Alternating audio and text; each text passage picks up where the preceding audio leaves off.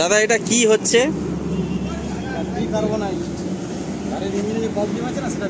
আচ্ছা, কি কি সলভ হবে এটা করলে? গাড়ির টান বাড়বে, গাড়ির মাইলেজ বাড়বে, গাড়ির মধ্যে যে ভাইব্রেশন হয় ভাইব্রেশন বন্ধ হয়ে যাবে, সঙ্গে আপনার গাড়ির পলিউশন কমে যাবে, যেটা আপনি মানে এয়ার পলিউশনকে চেক করতে পারবেন। আচ্ছা, এটা কতক্ষণ লাগবে? 4 চাকার জন্য আধা ঘন্টা সময় লাগবে। মানে কোনো গাড়ির ইঞ্জিন না খুলে এই কাজগুলো হয়ে যাবে?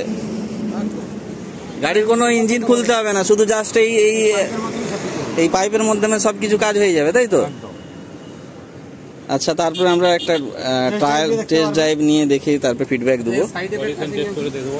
এর কোনো ইঞ্জিনের সাইড এফেক্ট হতে পারে কি? কোনো রূপে ইঞ্জিনের সাইড এফেক্ট নেই, ইঞ্জিনের কোনো ক্ষতি করবে না, বরং ভালো করবে, তাই তো?